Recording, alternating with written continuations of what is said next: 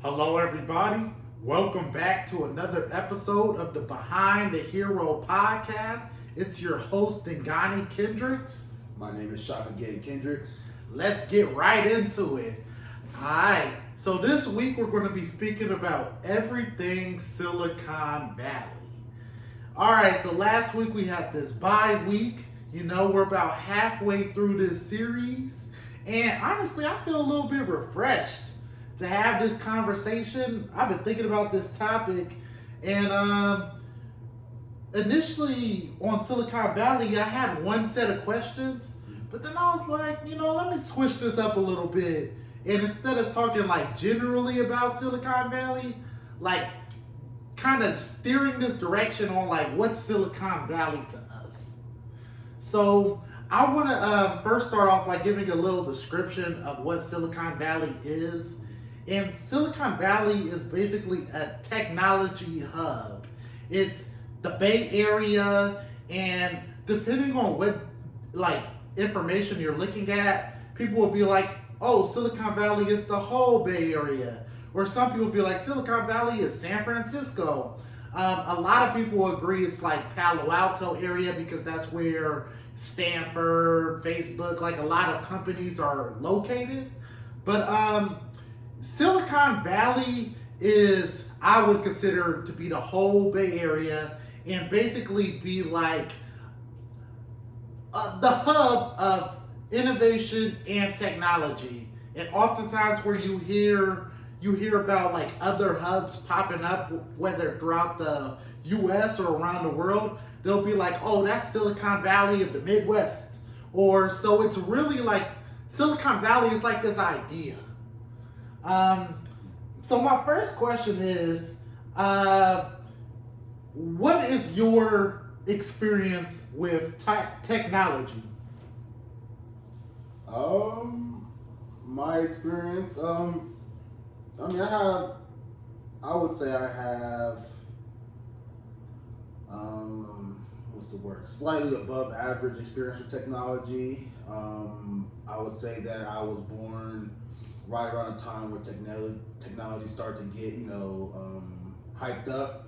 Computers, phones, internet, TVs, all these things were really starting to get going. So I would say that as far as technology goes, I wouldn't know how to use most of the technology, basic technology that's out here, and have the ability to understand and learn more technology.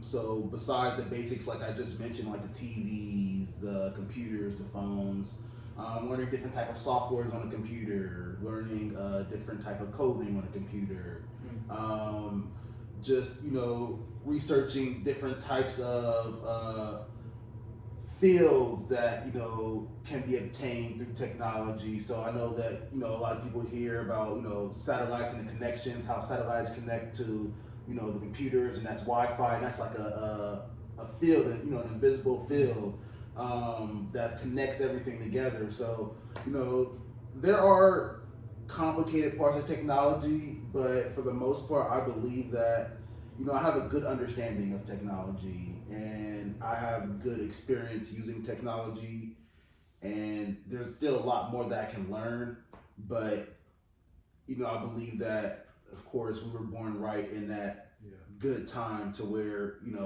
we have the ability to keep learning, and we're not too stuck in our own ways that we wouldn't continue to learn, basically. But that's my experience on technology. What about yours? I would definitely say I'm a digital native. That when I get a phone, iPad, computer in front of me, I understand how to navigate it, and I also understand like how it can be utilized. So when I get on like use technology, I don't find myself really to be stuck. Depending on like what software I'm using, or if it's maybe a new type of device, it might be a learning curve. But I'm typically aware of what I can do with that device. I would also describe myself to be savvy with technology. Growing up, being that person who people will call on and be like, hey, we need to hook this up. or having a problem with the computer. Gandhi, come fix this real quick. And I was typically able to fix it. And I think that has been impactful in my life, just being able to have like confidence with technology. I kind of want to steer this direction now into what's your experience with technology and business or technology and school? Well, technology in school, let's say around high school. That's really when I started getting introduced with homework and having to do homework, but also research things on the internet. And I say that was pretty much the start. So like book reports, you might search up an author. And, you would still have to use the computer, and you'd have to go on the internet and do research and technology. I would say moving on, you start going into a little more complicated. You start using, apps like Excel, creating spreadsheets, Word, creating, your own essays. So all of these things are located on a computer, technology, and you have to be able to, actually learn these things. It's not something you're going to get right away, but, it's a learning curve, it's a learning process to it. And I would say that, it's been actually interesting to learn these things. So I would say that I would continue to, find new ways that would help me out in school and in work using technology. But as far now, then yeah, I think I have used technology a good amount. I mean, we use technology every day. We're not just in the field all the time. We have to come back and get on a computer and go, LinkedIn, search up for employees, write our own programs down. So, all of these things, honestly, I would say right now, I don't know, I actually do, but we would be in a lot different position right now if we, had to come back and weren't using technology. We had to come back and use, handwritten things. And I think that was a different time. And I think you can see that, real shift. I have a question for you then. So there was that time when there was no technology going on, and now it's a time where it is technology going on. Would you say that like let's say introducing technology has been a benefit, or has it simply changed the way things are done? I think it's just changed the way things are done. I'm not gonna say it's been 100% a benefit. It's good and bad things to every side, to every aspect. So yes, it's been great things that's happened with technology, but it's also been not great things that's happened because of technology. So I think it's definitely have changed. I think that processes have become more efficient because of the use of technology. But I would say that as far as benefits and non-benefits, I would say there's 50-50 split for that. You? I would say, so just to give a little background on it, that I've been involved with technology pretty much a similar path as you, as far as beginning with school and maybe writing papers, a little bit in middle school, but mostly in high school. At our high school, it was required that you have a laptop, so that was definitely like the real introduction to using technology. And just carrying that with me, like homework assignments, entertainment, video games, just, all types of stuff. And going into business, really, I would say that was my first experience with not using technology how other people wanted me to use technology, but like really exploring it and seeing like how can I use technology to meet my individual goals. So that was an interesting experience. But with that being said, I would say that I would agree that technology has its benefits and its drawbacks, and that it does change the way things are done. The one thing that I would say that I would say that is improvement is that it makes things a lot more efficient. That with technology, we can communicate with people faster. especially if you don't have the opportunity to speak with them in person, like if they're across the country or just, even like in business or like with family.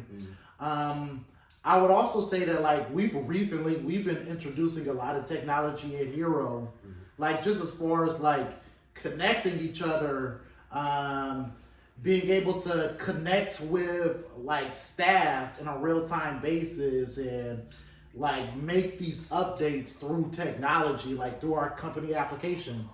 That has been very, I would say it kind of brings you together if everybody's in a different location, but you could connect with this technology, this resource. Is definitely, I would say, has been, helped us increase our efficiency. So yeah, I would say it's benefits and drawbacks. Okay. So now we went over like what's our experiences with technology, what's the benefits, what's the drawbacks. But this is Silicon Valley. This is like the land of innovation. So with your experience as it is today, what innovations would you like to make with technology, or or even like personally or in regards to Hero? I haven't really thought too much about that. How about you go first, and then I'll come back to me. For sure. So I would honestly say that I'm just getting started with technology. It's taken me a long time to, I've always been comfortable with it, but like to develop awareness around it to create my own product or service. And I would say I'm just now getting to that point with the digital program being my first product. That for a long time I've been selling other people's products online, but this is the first product that I'm creating myself, and it's a very interesting process, being still in like the early phases of learning how do I actually use technology to get something done. And it's interesting how it changes my mind frame. I remember this was about 5-6 years ago now, when I dropped out of school. I used to always look at this video. It's called Welcome to Silicon Valley.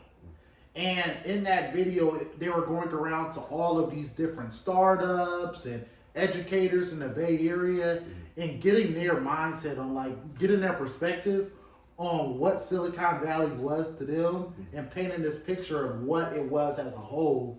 And I really that was like me transferring schools. I was like, I want to go to Silicon Valley, start a business, have a startup, get a startup house, and really live that. And 5 to 6 years later, I'm starting to feel like I'm doing it. And a lot of things that were concepts and terminology is now feeling like it's being practiced. Now I'm like, okay, I'm developing a user base. So now I'm understanding what a user experience is, or something like a minimum viable product, which is really a term that many people they're like, if I need to get started, I need a minimum viable product. And now I'm creating my own minimum viable product and getting feedback on it.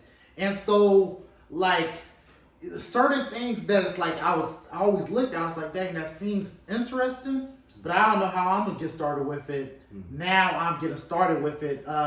Something else is product market fit. Everybody want product market fit. And now I'm on my journey to find product market fit.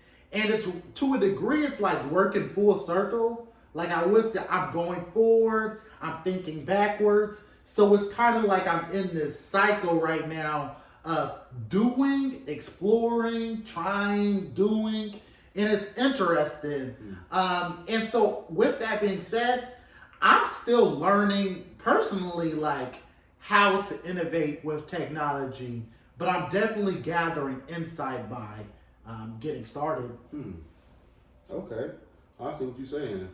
I think for me personally, and the reason why I haven't put too much thought about technology, even though in regards to myself, even though it's out there, it's in the world, it's heavy everywhere now. You're always going to see technology somewhere.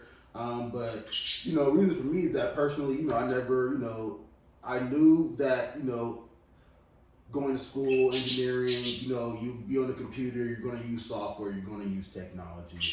But that was, something that wasn't given. That's something that was given in that field. Me personally, besides doing something like that, as far as technology goes, I really didn't think I would use too much technology. I'm not someone who, really fancy themselves and thinking that, okay, I'm going to just, discover and research all these technologies out here and be fascinated by it. Deep down, I think, this, I'm kind of a farmer. I like to, garden, things like that. So, technology hasn't really been too much on my forefront unless, like I said, specifically if I were in a firm and I would have to use this piece of technology to achieve a goal or a task. Same with Hero, that I need to use the internet or I need to use Excel or Google spreadsheets or something like that in order to achieve a task. And I know that technology, gets updated, and it gets better so that, you can use it for certain things that might make your job more efficient, help you out in the company. So that's pretty much my thoughts on, me using technology or helping technology innovate in the workplace for me or in the school for me is just seeing what's out there and what I can use that will better help and make the task more efficient to get done. Not necessarily doing the work for me, but maybe organizing or structuring something that, that I don't see right away that, would just help me. So maybe like, a second set of eyes like that. And I think that's where a lot of, talk about the AIs coming in, multiple sets of eyes. So I understand that argument, but yeah, I think as far as for me, that's kind of how my thought process on technology is to use it, what's out there, and to help the job more efficient. But as far as, like you said, I know that you're heavy into advertising, product market fit. I haven't really thought too heavily in that direction. So yeah, I think that's, my opinion on technology and using technology right now, personally. Okay. Yeah. For sure. So I want to shift to the social side of Silicon Valley now, because many people have an idea of Silicon Valley being a land of innovators and of talent. How would you say your experience has been socially in regards to networking within this region inside of the Silicon Valley? Do you feel like it's a great place to network, that there's many social opportunities? Who would you say is like maybe the type of people that you come across with networking throughout the Silicon Valley? Well, okay, so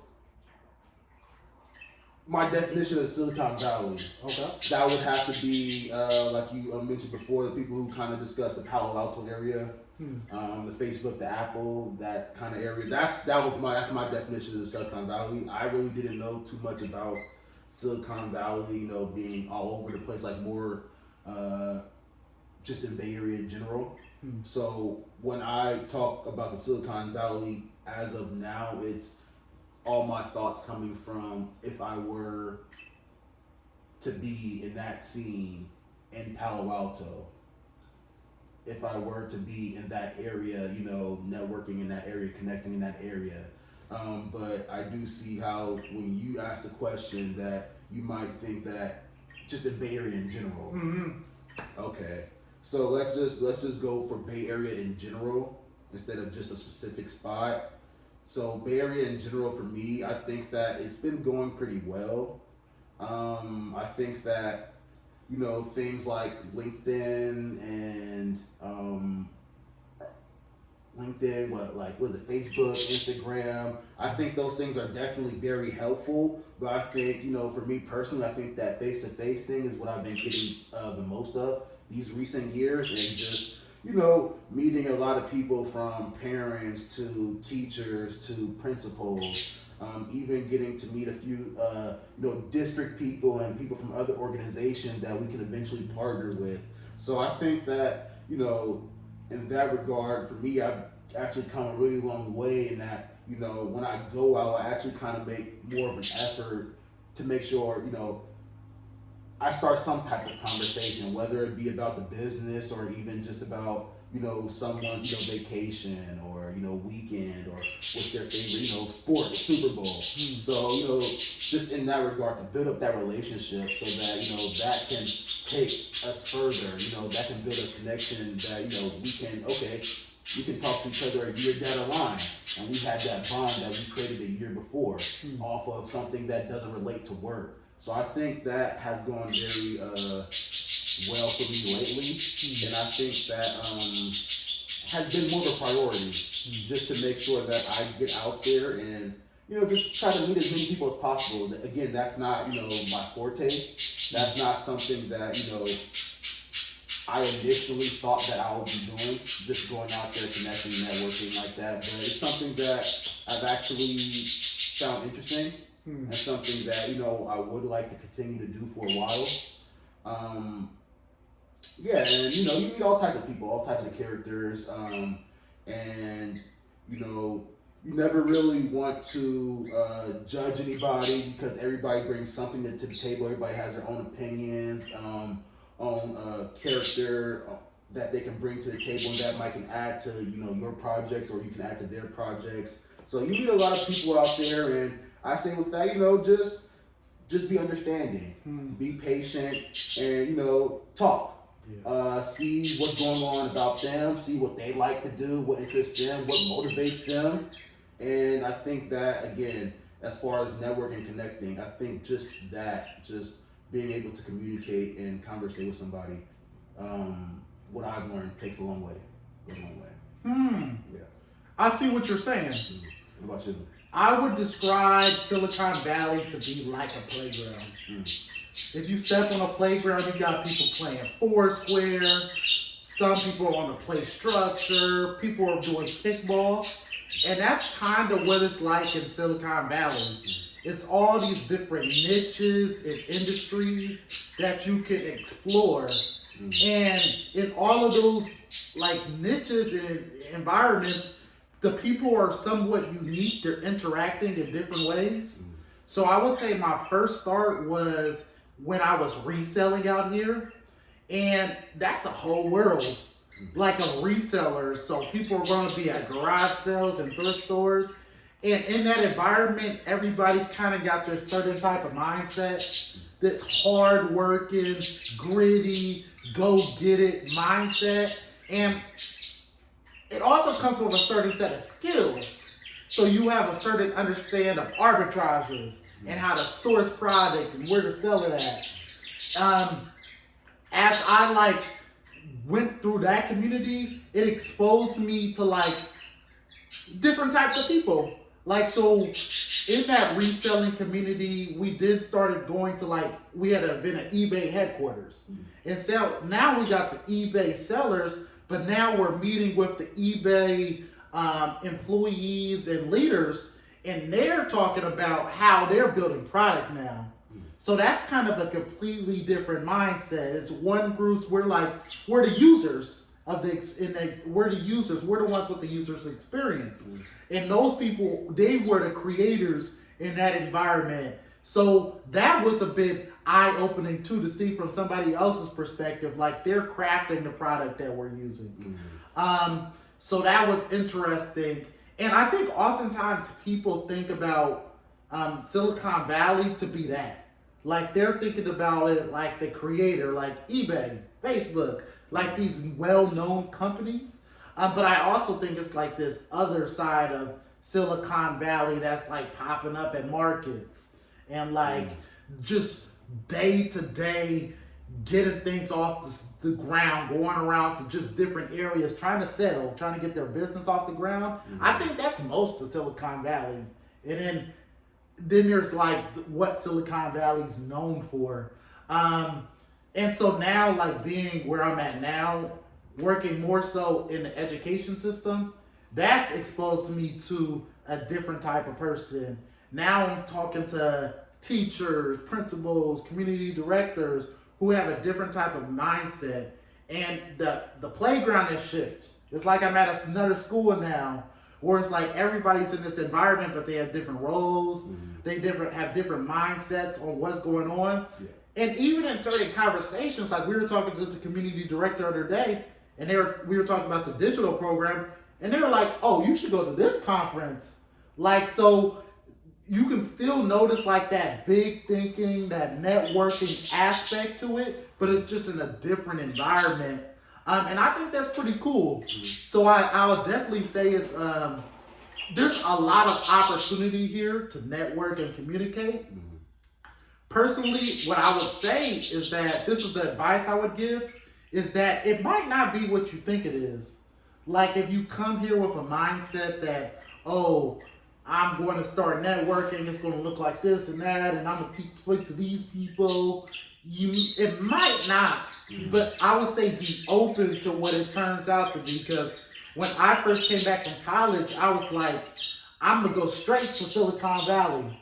Like, I'm going to go straight to the Pitch Fest. Like, I'm going to go straight to the VC fund. But it didn't turn out like that. I had to start reselling in the thrift stores. And that was my network. And there was a lot to learn there. And to really just embrace that experience. And, you know, keep an idea of where I want to go. But, like, to really immerse myself, and I would say to immerse yourself in the environment that you're currently at, because there's going to be plenty of opportunities there. What advice would you give to somebody who's maybe coming to this region and they want to build a network? Be open-minded and get after it. I mean, you know, this is, I forgot what the term they use for California, people in California, fast-paced. I guess that's the closest thing that I can use for it. But you know, you're gonna really have to get out there and, you know, not waste too much time. You know, you figure out, once you start wasting time, you see things start slipping away, or you see priorities change and shift, whether it be on your side or someone else's side. So, you know, take advantage of the opportunities. I know that, you know, that's, again, a lot of these things we say are work in progresses, but start this in your head, you know, as a process. You know, whatever opportunity you see, whatever advantage you see, you know, try to work with it. You know, if there's something that, you know, out there that might benefit you, a conference, it might be a couple conferences, you know, don't waste any time. You know, go to those conferences if you really think that can help you. If there's, you know, websites that you need to get on because you need to look up something, whether it be material or people, get on those websites. You know, don't waste too much time, especially out here in, you know, the West Coast, California, because again, those things will pass you by fast. So that's pretty much my advice, is take advantage of all your opportunities, be aware, because not all opportunities are good opportunities. Just to say that right here, just because, you know, again, California, fast paced, somebody might offer you the opportunity that might not be the best fit for you. So be aware as well. I'd like to go off that, because out here, business is prominent. Like, there are many innovators. We some innovators. Like, there's a lot of people out here who's in the game doing it. And it's easy to be in a mindset where you think you're in the game, but you're just looking at it. Like, you're just researching, like, how can I get started? Like, what's the first step to take? Like, and really you think you're like moving in the direction that what you want to go, but you ultimately, you kind of got to just take that step and, you know, see how it goes. Then you can start learning. You can pivot. You be like, okay, this isn't my group of people, or this isn't the field that I want to be in. Let me move in this direction. And then eventually you're going to be able to find your way. Yeah. No, definitely. Well, this has been an interesting conversation. This is another episode of Behind the Hero And it's your host, Dingane Kendricks. My name is Shaka and Dingane Gant-Kendricks. Until next time. All right, everybody, take care.